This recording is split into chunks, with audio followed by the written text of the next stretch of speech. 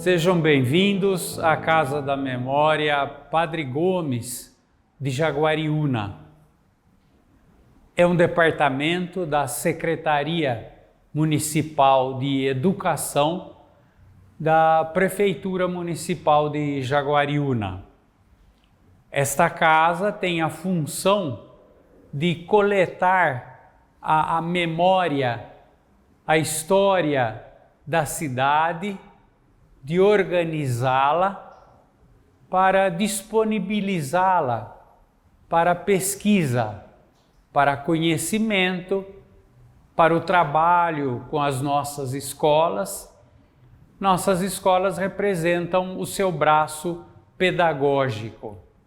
A função, então, nossa é de recolher todo o acervo que diz respeito à história do município.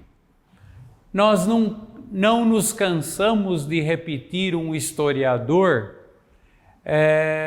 Jacques Le Goff, que diz: a memória, onde cresce a história, que por sua vez alimenta, procura salvar o passado para servir o presente e planejar o futuro.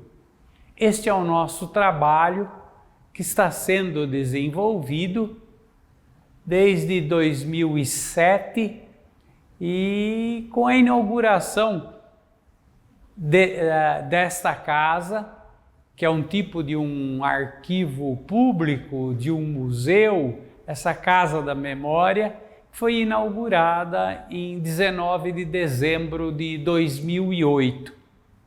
E assim continuamos com este nosso trabalho.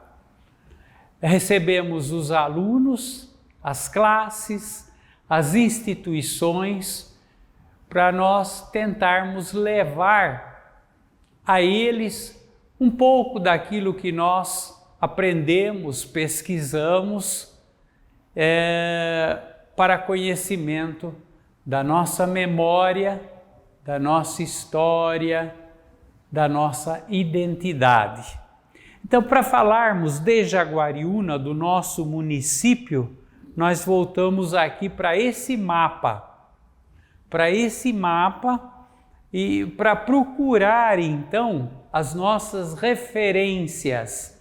E voltamos lá para o século XIX, meados do século XIX, quando houve um período da cana-de-açúcar e havia algumas fazendas.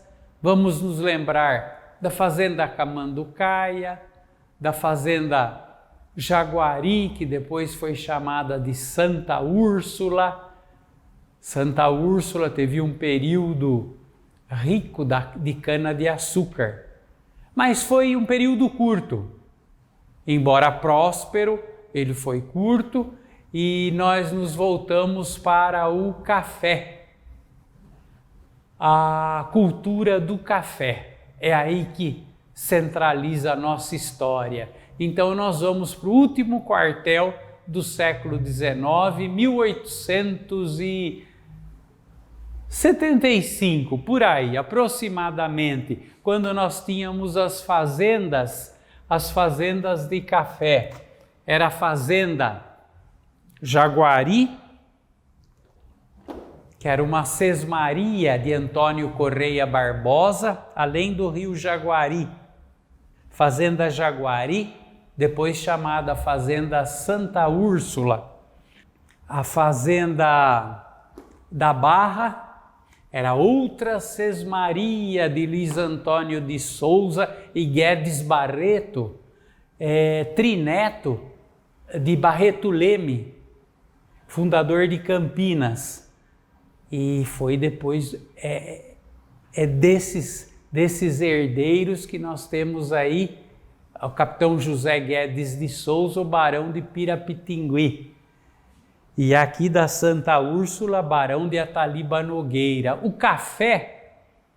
café nessa região, entre os três rios, Rio Jaguari, Rio Camanducaia, Rio Atibaia, nessa região, então florescia também o café. Essa região toda pertencia a Mogi-mirim, ao município de Mogi-mirim. E por causa do rio Jaguari, eles diziam a região do Jaguari, a região do rio Jaguari.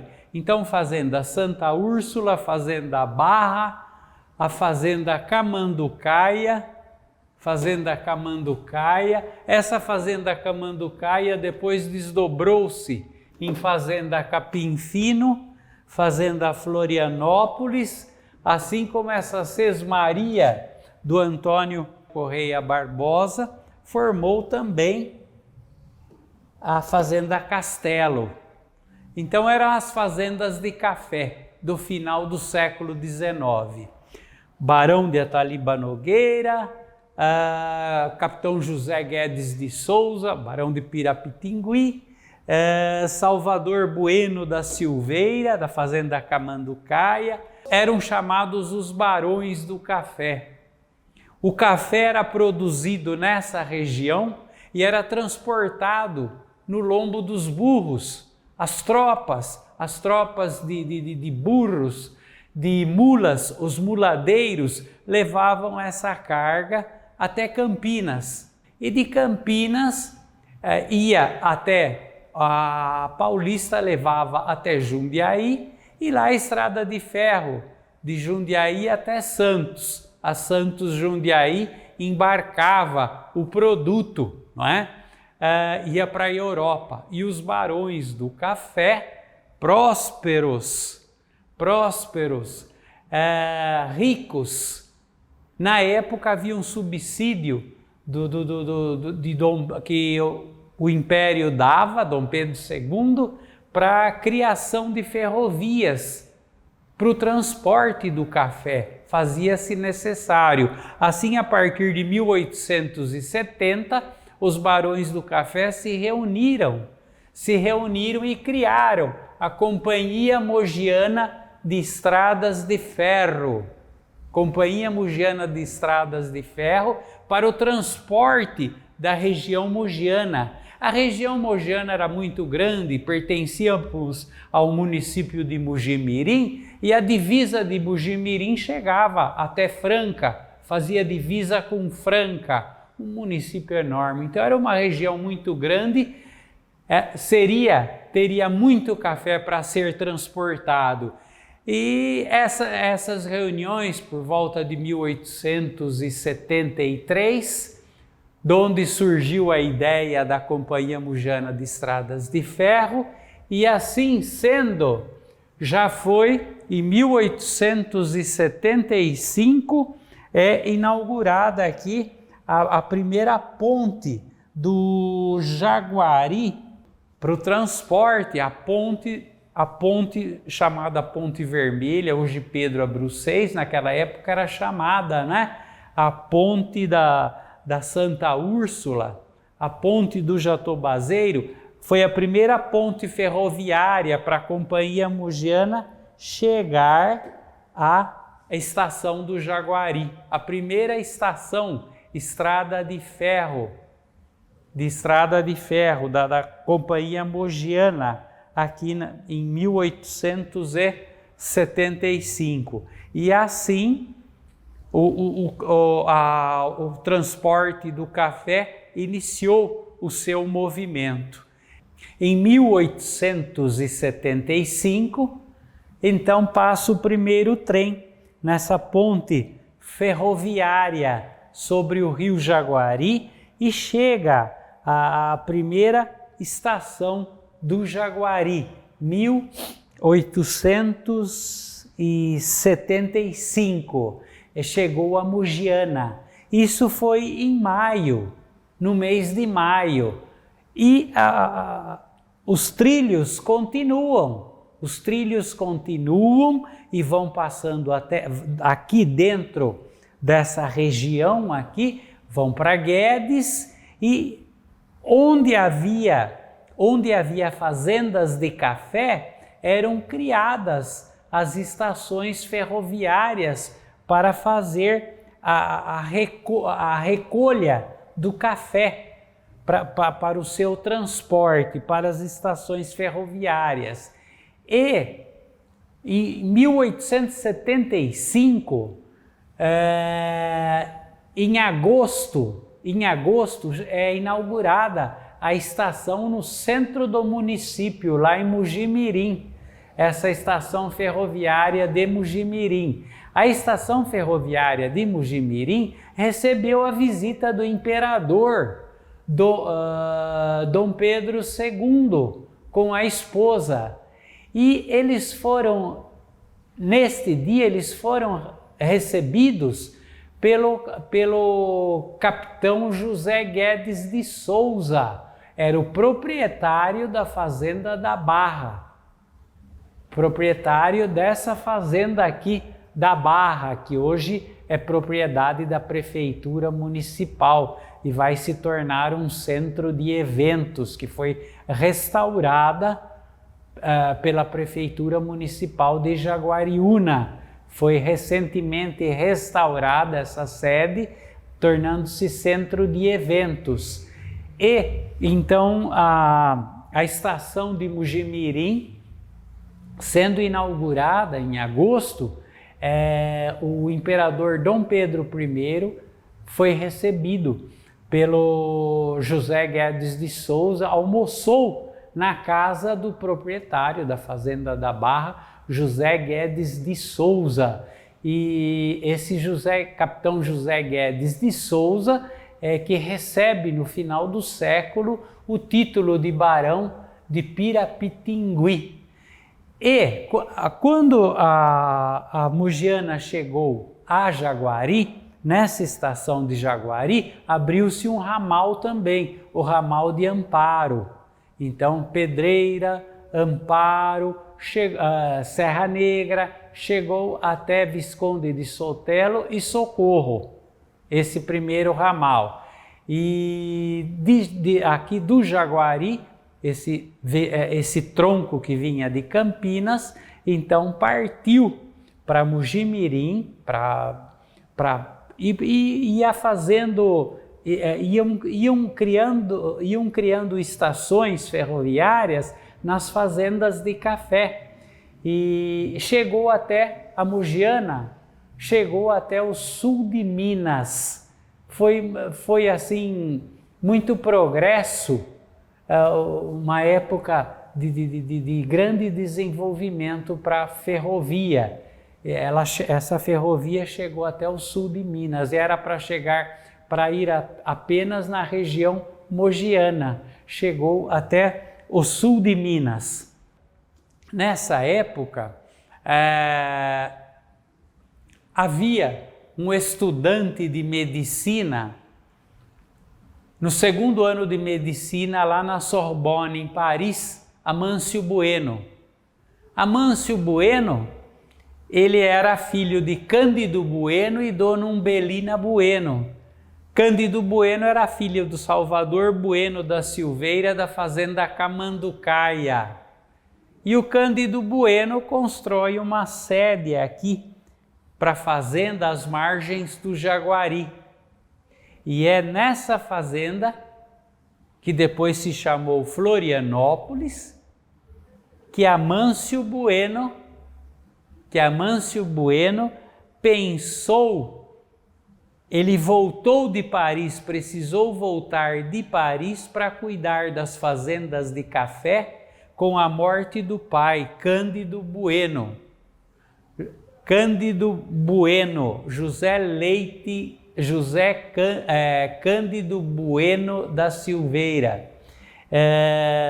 E a Dona Umbelina Bueno disse para o filho Amâncio: volta já para casa para você cuidar das fazendas de café. Seu pai faleceu, Cândido Bueno, por volta aproximadamente de 1878. Ele volta e vem cuidar. E vê o movimento do café aqui na estação. Essas terras eram terras da sua fazenda, da fazenda pertencente a seu pai, Cândido Bueno. Então ele vê o progresso e diz: olha, aqui é local para nós empreendermos mais negócios, será um local de futuro, de progresso. Então ele resolve fazer o empreendimento imobiliário nas terras da Fazenda Florianópolis. Nas terras da Fazenda Florianópolis. Ele tem o Amâncio Bueno, ele faz amizade com um engenheiro ferroviário alemão, engenheiro da Companhia Mujana, Wilhelm Gisbrecht. E ele pede a Wilhelm Gisbrecht para que fizesse o mapa de uma vila por volta de 1894. 1875, a primeira ponte e a primeira estação ferroviária. 1894, o que ele faz? Ele vai construir aqui é o Marco Zero de Jaguariúna, da cidade, ele vai construir uma capela no estilo gótico e barroco alemão. Constrói uma capela de 1889 a 1894. Constrói às suas expensas essa capela e doa para o clero. A partir dessa capela, ele encomenda a Wilhelm Gisbrecht o mapa. Vou fundar uma vila aqui, nas terras da minha fazenda Florianópolis, da minha grande fazenda de café. E vou fazer o empreendimento imobiliário com as terras dessa vila. O Wilhelm Gisbrecht vai projetar 39 quadras e 15 ruas a partir da construção da capela. E Wilhelm Gisbrecht faz essa planta aqui. E nas ruas, o que ele faz? Ele dá o nome de Vila Bueno e põe o nome da sua mãe na praça principal, Dona Umbelina Bueno, Umbelina de Moraes Bueno. Na rua, na maior rua, ele dá o nome de seu pai, Rua Cândido Bueno. E nas demais ruas, a rua aqui da capela, ele põe o seu nome, Amâncio Bueno. Amâncio Bueno. E nas outras ruas, seu irmão, Rua Alfredo Bueno, Joaquim Bueno, Egas Bueno, Júlia Bueno, Julinha Bueno. Por isso que as ruas têm o sobrenome de Bueno, são os seus familiares. O coronel Amâncio, ele teve só um casamento oficial com uma prima. Era sobrinha da Dona Umbelina, era a Maria Ângela de Moraes. Maria Ângela de Moraes Bueno.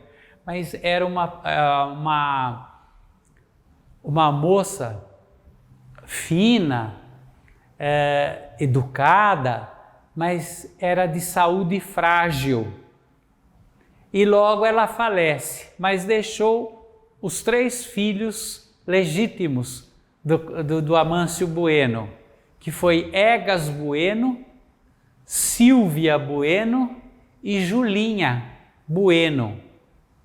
Júlia Bueno, os 3 filhos. E coronel, ele recebe o título de coronel, porque ele vai se prender ao movimento republicano e vai ganhar o título como coronel por ter feito obras beneméritas da Guarda Nacional, coronel da Guarda Nacional. e então ele recebe o título de coronel, Coronel Amâncio Bueno.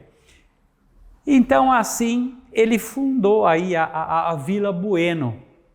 A Vila Bueno em 1894. A igreja termina em setembro de 1894. Setembro era o mês do aniversário também dele e era o mês do nascimento de Nossa Senhora, do nascimento de Maria.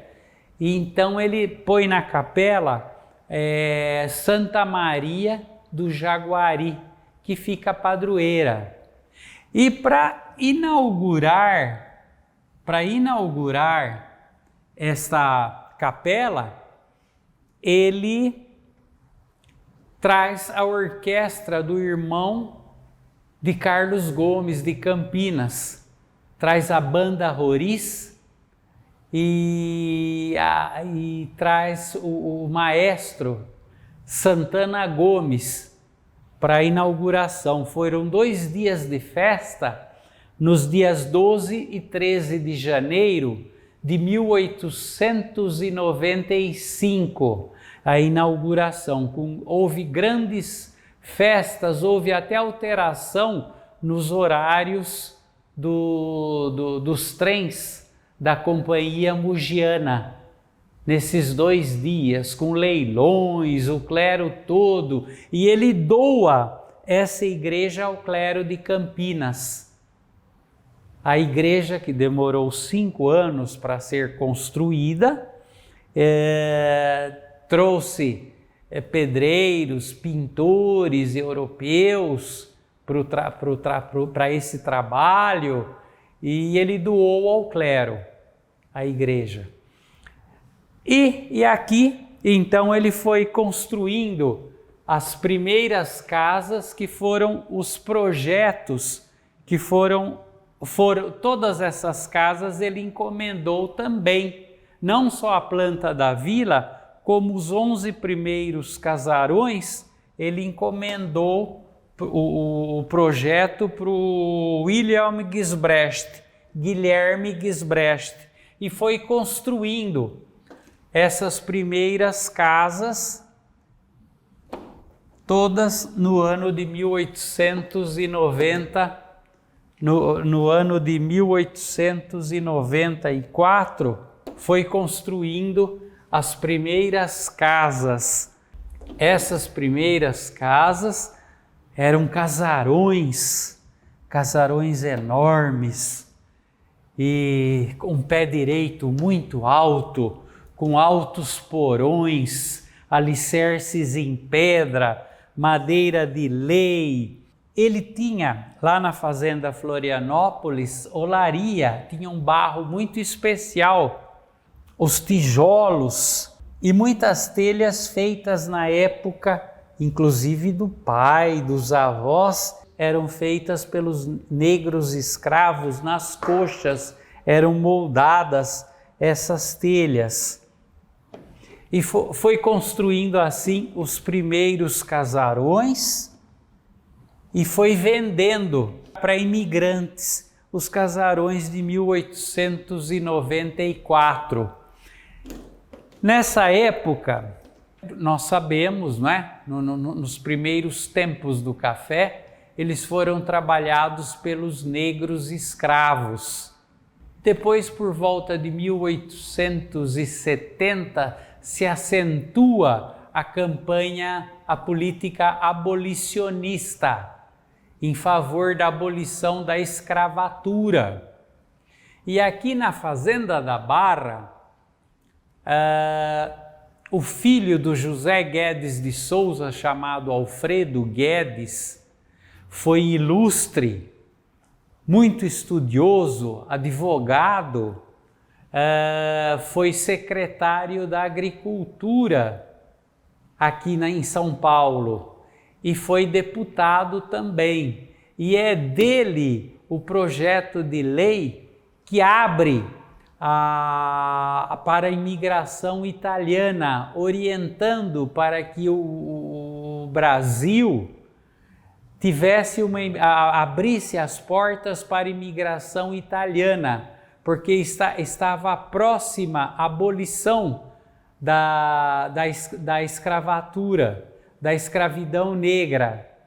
Então começa, nessa época, a imigração italiana.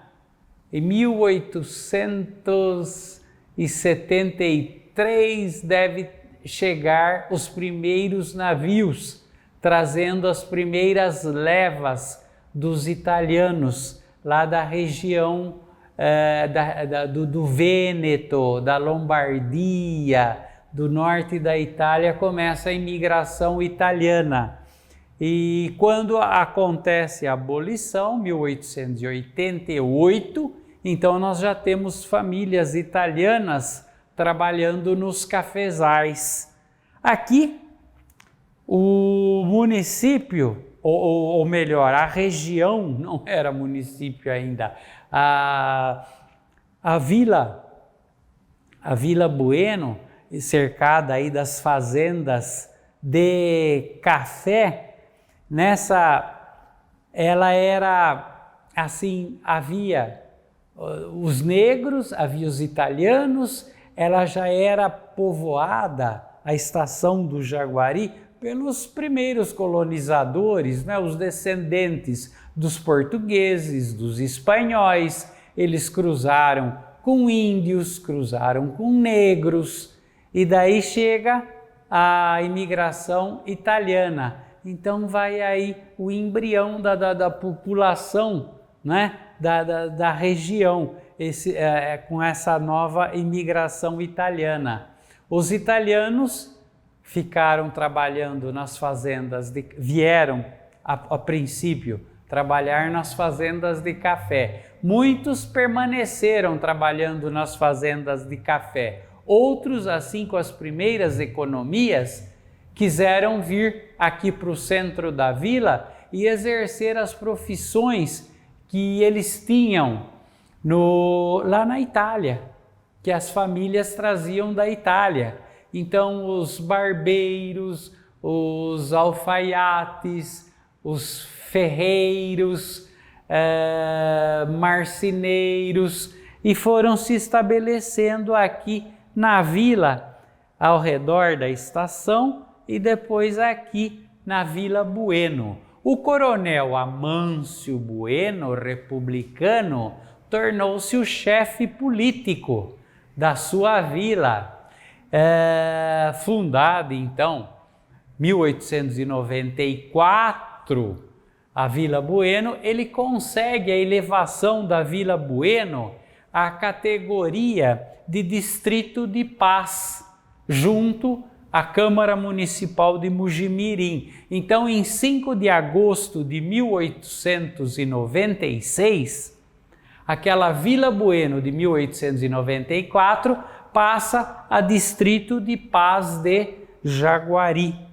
O distrito de paz de Jaguari, 5 de agosto de 1896. E é nessa época que a primeira construção de família italiana foi esse sobrado aqui na esquina da Coronel Amâncio Bueno com a Rua Alfredo Engler, a construção desse sobrado por uma família italiana. É a família de Lucilo Poltronieri e irmãos. Assim começou, então, o movimento aqui da vila, italianos se estabelecendo, outros italianos vinham, alugavam esses casarões para pôr também os seus negócios, o bar, o armazém, a sapataria, a ferraria. Começa assim o movimento da vila. 1902 nós temos notícia que chegaram as primeiras famílias sírio-libanesas. Então é a imigração síria. E dessa imigração sírio-libanesa, nós temos aqui esse outro sobrado em frente ao de Lucilo Poltronieri de 1896, 1913 é a imigração síria, a Casa Síria de Gabriel Sayad. A vila, nesses primeiros tempos, teve toda a proteção do chefe republicano, Coronel Amâncio Bueno. E daí pediram para ele: coronel, nós não temos água. Como é que faz? A água é difícil, o problema da água aqui na vila. Nós não temos escola para as nossas crianças. E o cemitério para enterrar os nossos mortos? E assim, em 1902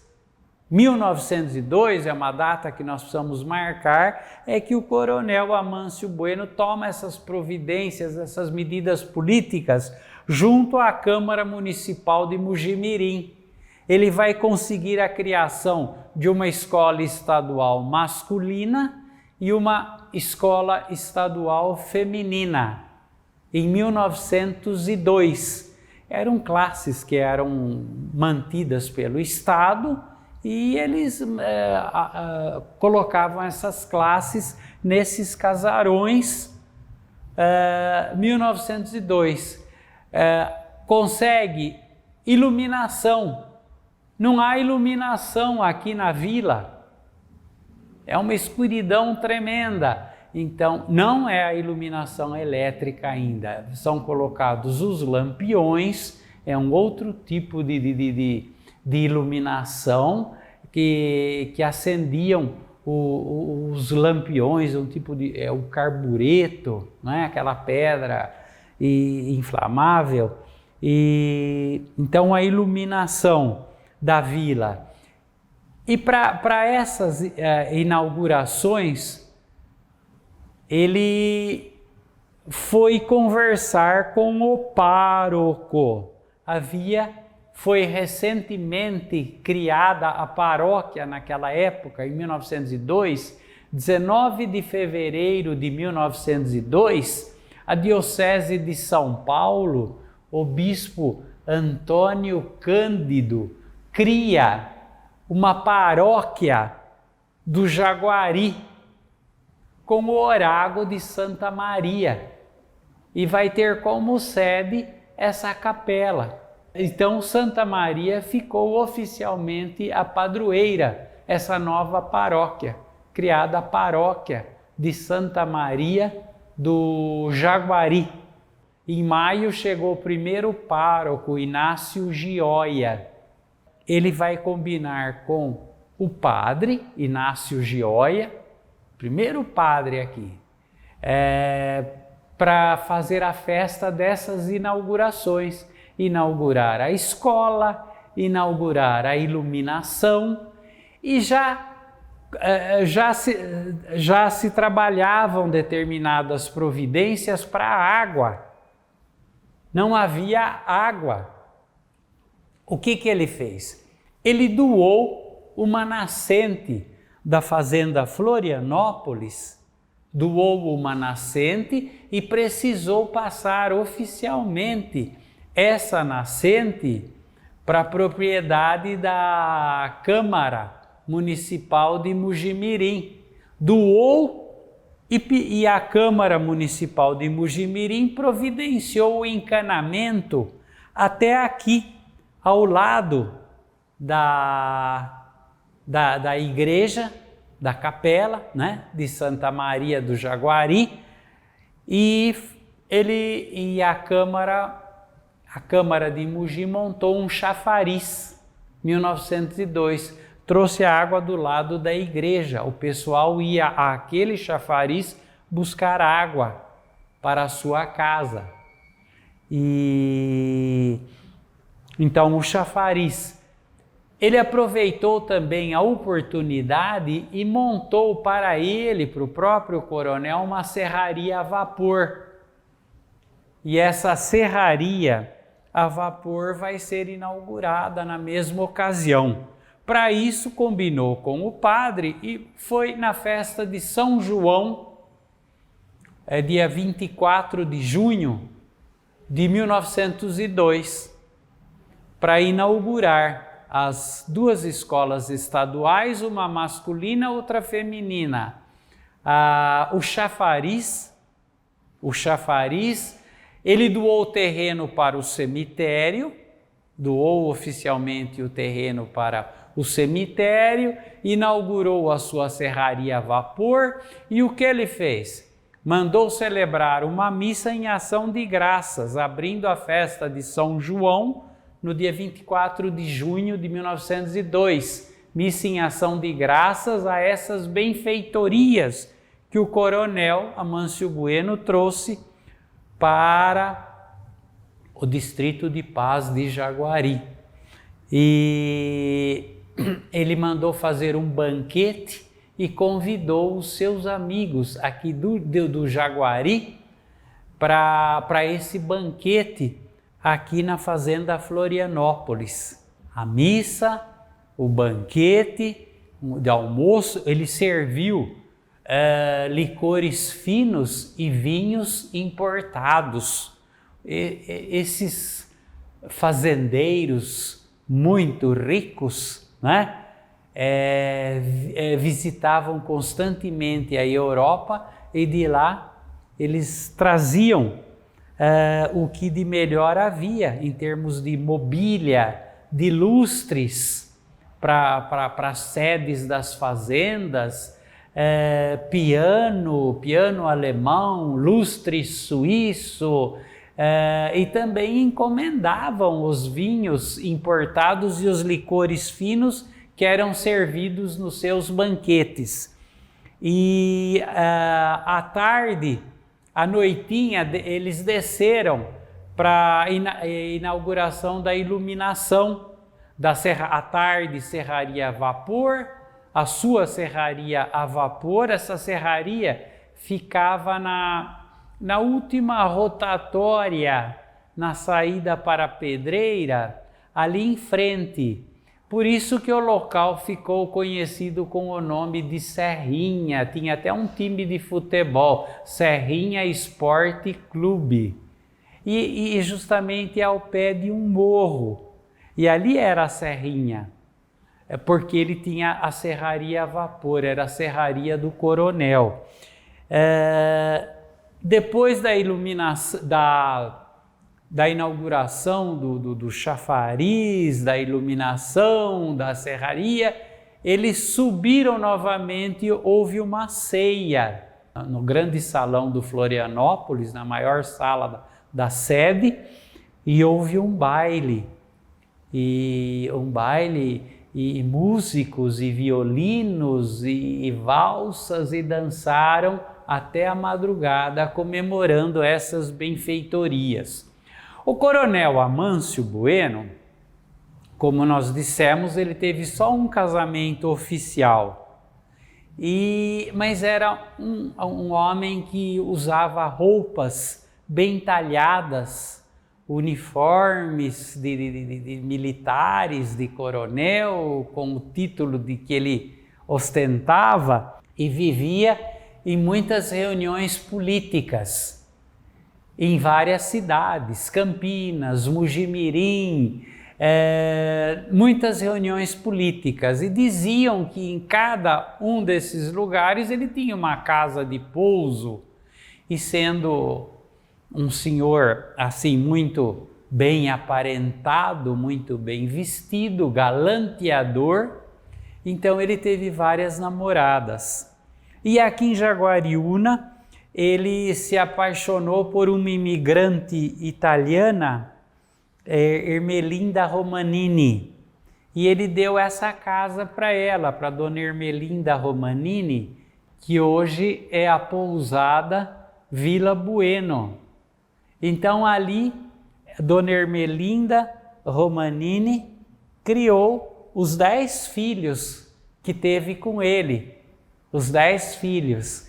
Então essa foi a união, além do seu casamento oficial, assim, a que mais ele se dedicou, porque criou ali 10 filhos, e esses filhos, ele doando essa casa para dona Ermelinda com os filhos, E esses filhos herdaram todas essas propriedades, todas essas casas, que aos poucos, as que não haviam sido vendidas, foram vendidas por eles, inclusive todos os terrenos desse centro histórico ficaram para esses 10 filhos. Ele tinha outras propriedades que deixou, outras terras, outras fazendas que deixou para os outros filhos.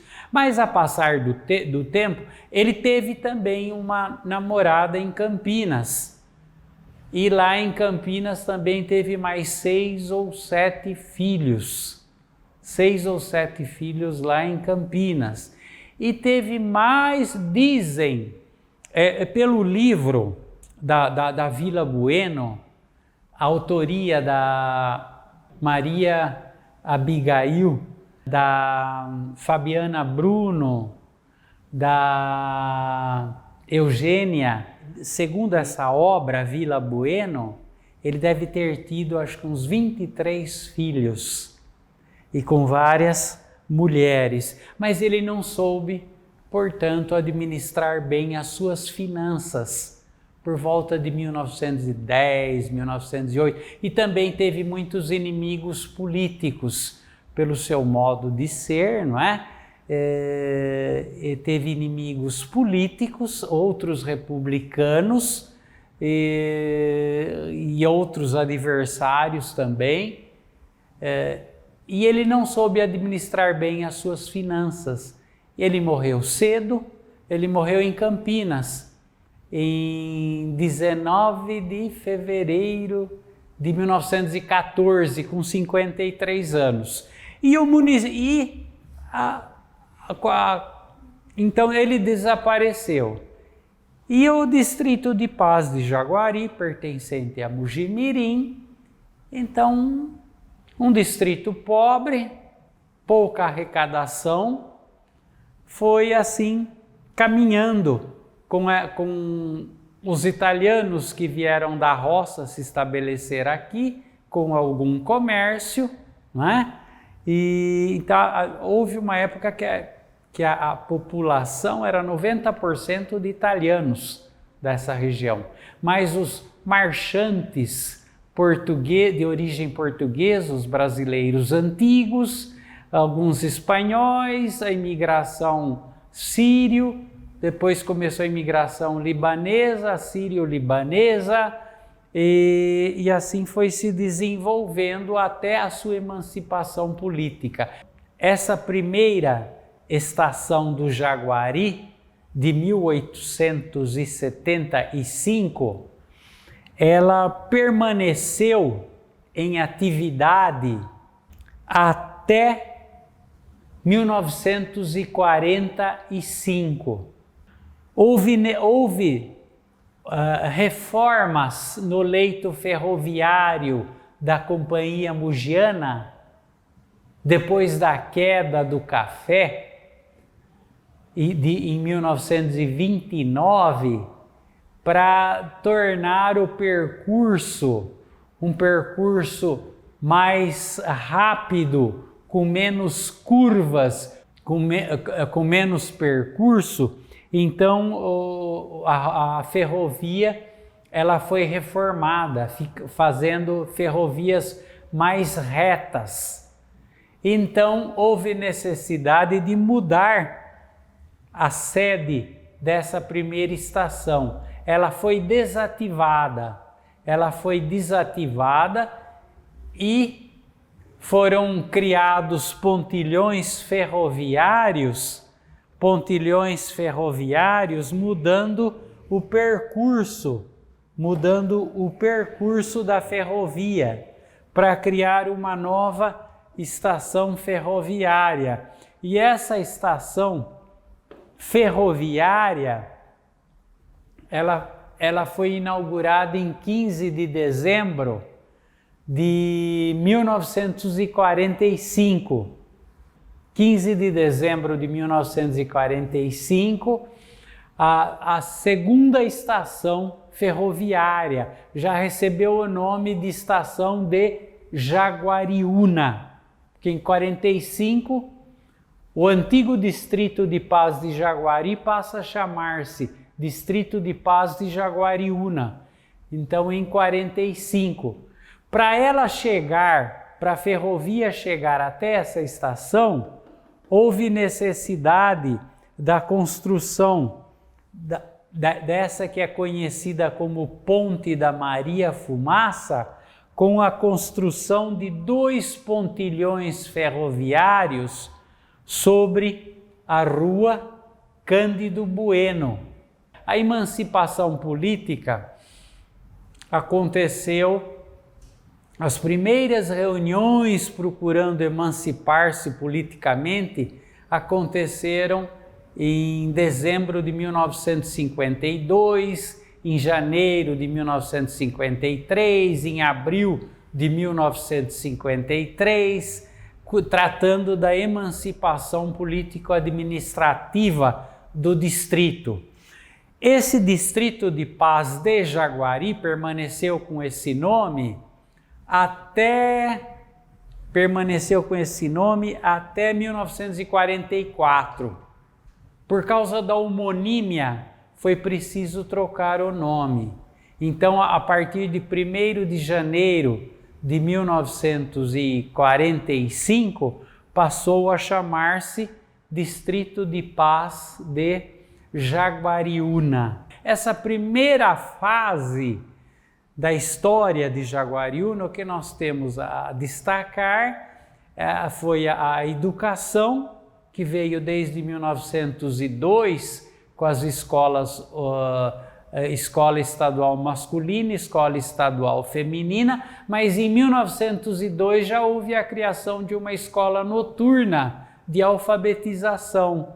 E muitas classes de escolas isoladas, foram surgindo escolas isoladas a partir depois de 1905, segundo a comarca de Mugimirim, que vai relatando, não é, as escolas, e eram escolas assim que funcionavam em classes separadas, não havia uma unidade. E por volta de 1918, um grande clamor da população pede para que essas escolas se reunissem. Então, vão ser criadas as Escolas Reunidas de Jaguari. Foi criado o primeiro prédio, e esse prédio foi construído com a finalidade de ser escola e foi arrendado para o Estado. Então, reuniram-se todas essas classes separadas nas Escolas Reunidas de Jaguari em 1919.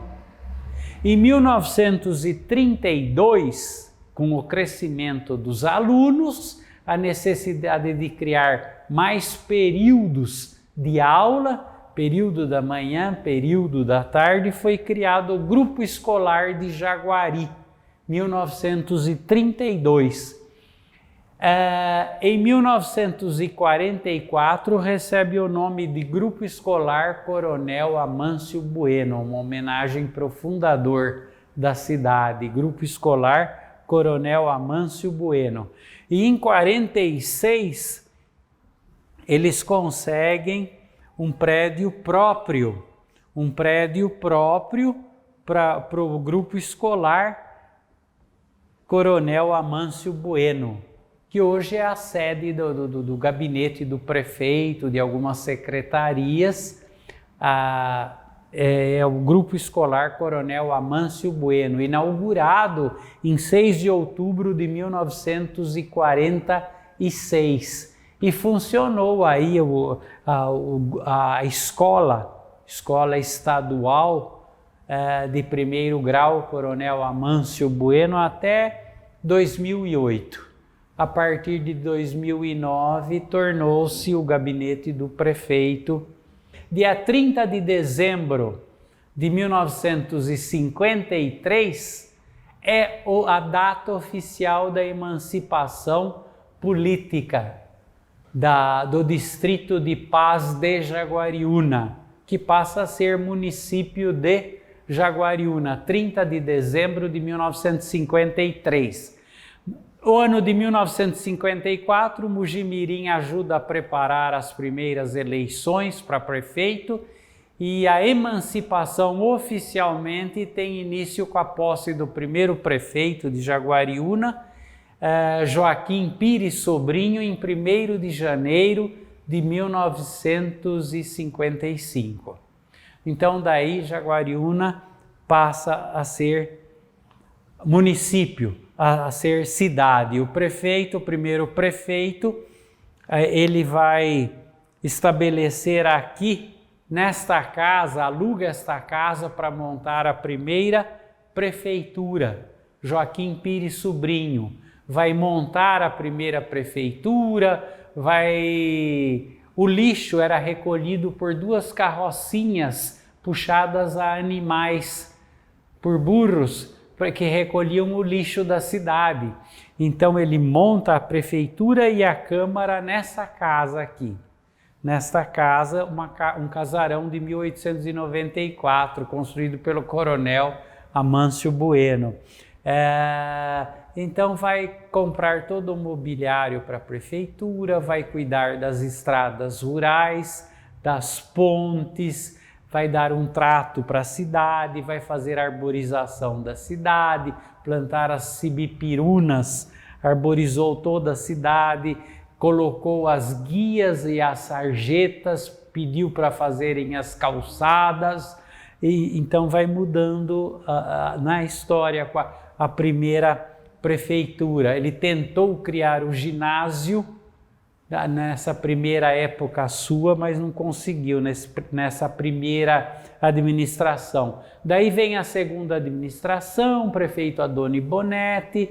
Na segunda administração, ele constrói o prédio próprio para a prefeitura, constrói o prédio para a prefeitura. Na terceira administração, volta o prefeito Joaquim Pires Sobrinho, cria o ginásio, faz benfeitorias para a cidade.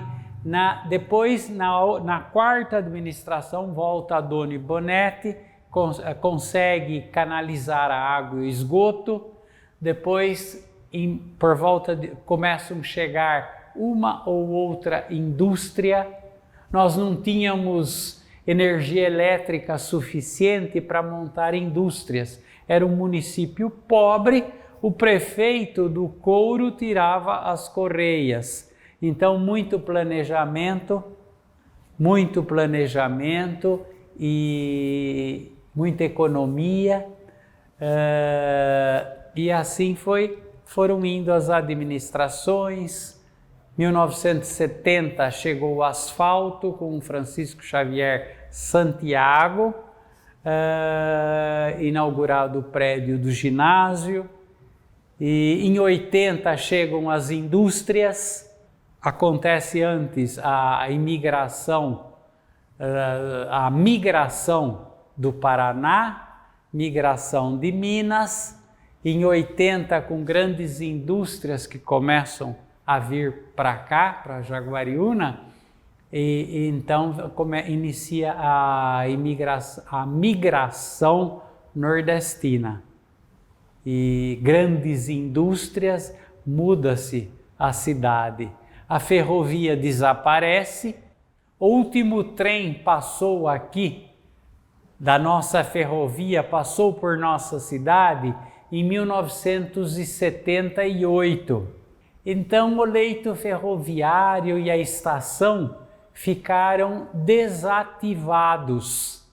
Os 2 pontilhões construídos ali logo após a ponte da Maria Fumaça, eles pegavam essa rua aqui, a Rua Cândido Bueno, e eles travavam o trânsito, as cargas altas, os caminhões com cargas altas, as jamantas não passavam.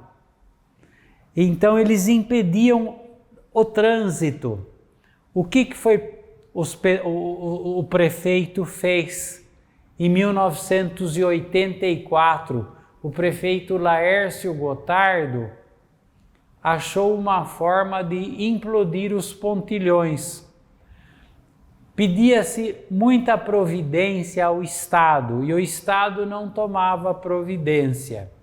O que o prefeito e o vice-prefeito fizeram? O prefeito era o Laércio Gotardo, o vice-prefeito era o Tarcísio. O que eles fizeram? Eles implodiram os pontilhões, dinamitaram os pontilhões para poder abrir todo o leito ferroviário em largas avenidas, porque na década de 80 chegaram muitas indústrias aqui para o município de Jaguariúna e o trânsito estava caótico, muitos caminhões, jamantas com cargas altas eram barrados na entrada ali da cidade por esses pontilhões ferroviários. Começaram a construir em 1939 para inaugurar a estação de 1945. Então os pontilhões foram implodidos e com a abertura desses pontilhões todo o leito ferroviário foi aproveitado para abrir as avenidas marginais e fazer todas as ligações rodoviárias aí necessárias para a cidade de Jaguariúna. A implosão dos pontilhões foi em 1984. Muitos laboratórios, vem a Johnsons e Johnsons, vem a Antártica, a Motorola, inúmeras indústrias. Cresce muito, é o boom do município, e grandes avenidas, cresce demais, então com o crescimento demográfico, a criação e construção de muitas escolas, e assim conhecemos essa fase aqui moderna, não é?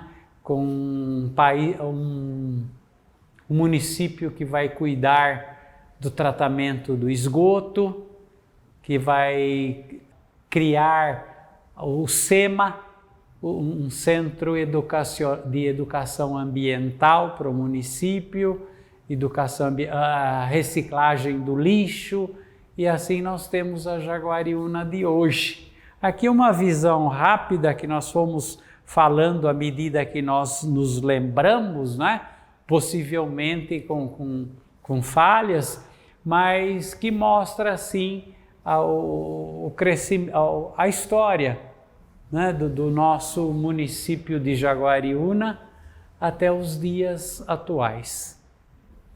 Nós estamos aqui na Casa da Memória, aguardando a todos nesse trabalho de coletar a história da cidade e de publicar anualmente as nossas exposições da memória, e essas exposições da memória, através das fotografias, vão reconstituindo dados da nossa história. Estamos às ordens para receber a sua visita aqui. Sejam bem-vindos.